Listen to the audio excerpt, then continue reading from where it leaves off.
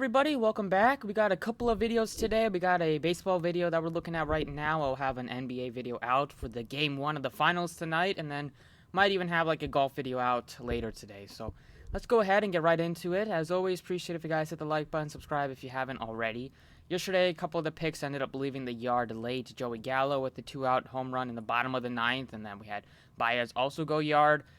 Fried was disappointing at pitcher. A lot of pitchers disappointed. Woodruff was all right, just considering how bad of a slate it was for pitching. Overall, pretty decent night. Let's get into this slate. So, looking at the totals today, we have a couple of teams in decent spots. It's not as much of teams to stack like last night was. We have the Toronto Blue Jays going to be in a good spot against Baltimore. They're probably going to face like Dean Kramer or one of the other pitchers that they're going to bring up from AAA. Or they could go with the bullpen day, but either way, the Blue Jays are probably going to have the highest total on the slate. You have the Braves, who they are in Pittsburgh, PNC Park, not a very good hitter park, so for that reason, I think I like a couple of other teams on the slate right now. The Phillies look very appealing going up against their former pitcher, Jake Arrieta. They have a lot of experience, playing with Arrieta. The guy like Real Muto probably knows all of his pitches. So I expect the Phillies to do some damage. Arrieta's been awful this year, like really, really, really bad.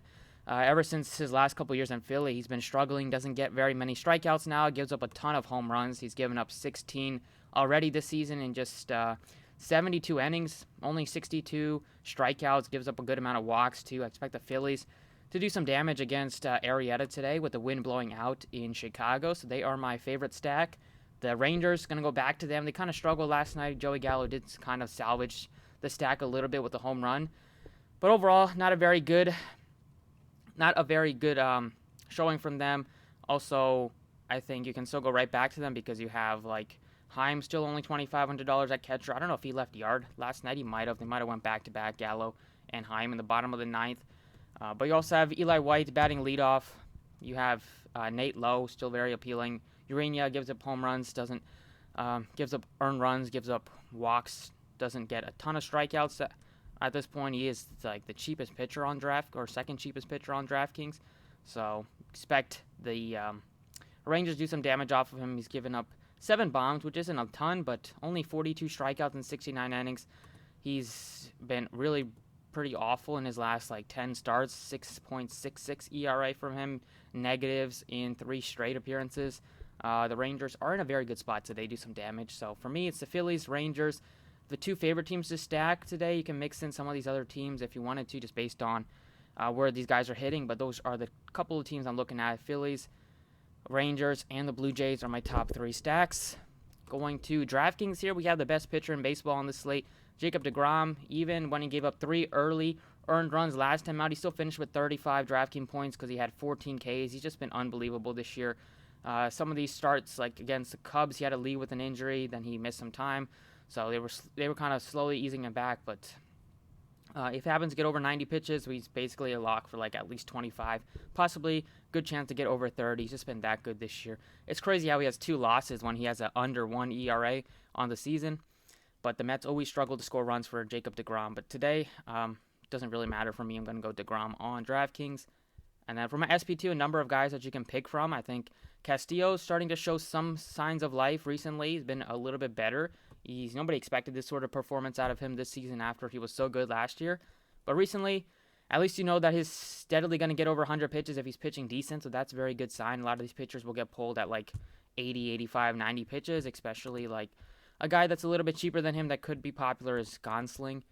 He hasn't even topped 70 pitches since early June. They kind of keep him in the 60s, 70s, 80s range. Last time he only got 52. He's been very good, but the Dodgers continue to be very careful with their pitchers.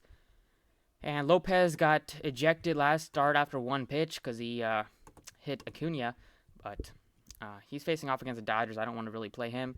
So really, Castillo is my favorite option. Ohtani, just because he gives you a ton of upside.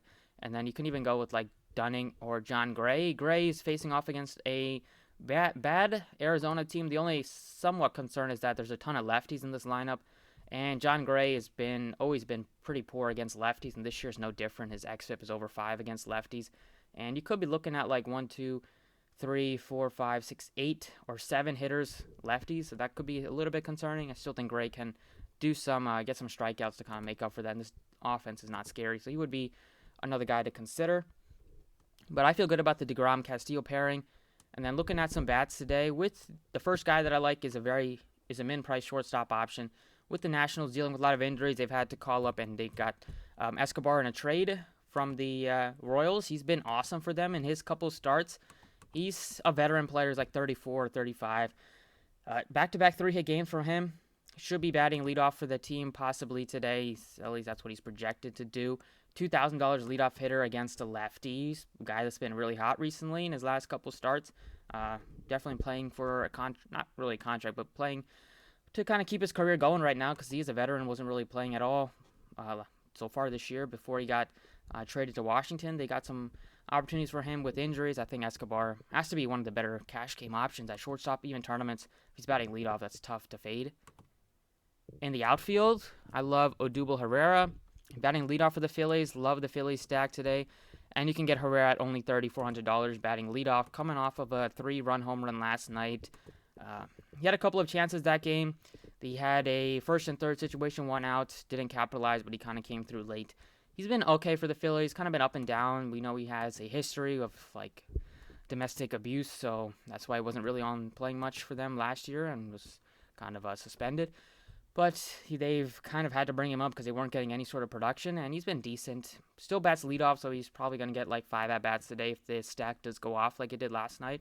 $3,400 for him. I definitely feel pretty good about that. Over at first base, there's a number of guys to consider, like Vlad.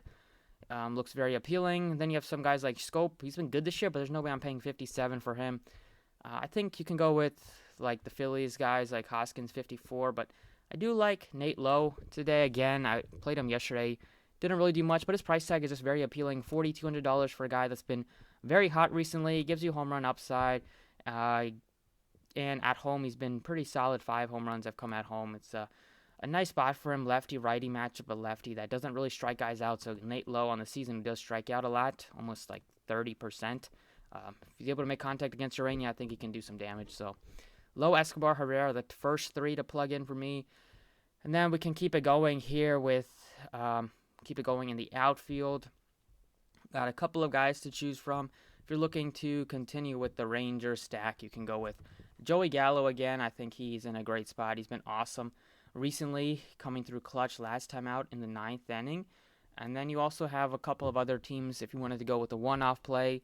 You do have a somewhat affordable Castellanos, who is coming in at only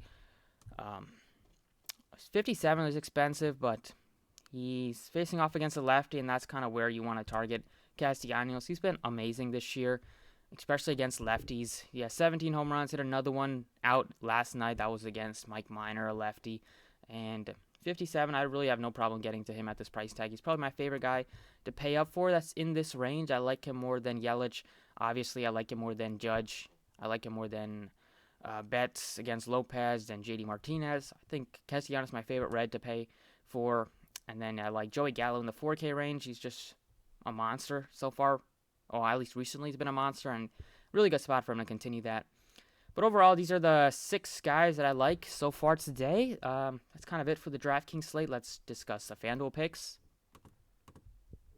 All right, on Fanduel, these are kind of the similar picks I like on Fanduel, very similar to DraftKings. Like Degrom as my pitcher, enough value on the slate to get it up to Degrom, and that's kind of what I want to do. Other guys to pivot, if you want it to be different, are like Castillo. Very weird profile pick for Castillo.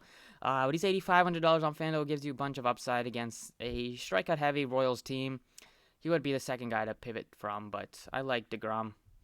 And then Nate Lowe is just very affordable at catcher / first base, only $2,600. That is one of my favorites at the position. Escobar, if you get him at $2,000 min price, batting leadoff, that is too good to ignore. Odubel, another leadoff hitter at only $25 in the outfield, and then Castellanos as a pay-up guy against a lefty in the outfield also looks very, very appealing. Gallo is expensive, but he still looks amazing on FanDuel.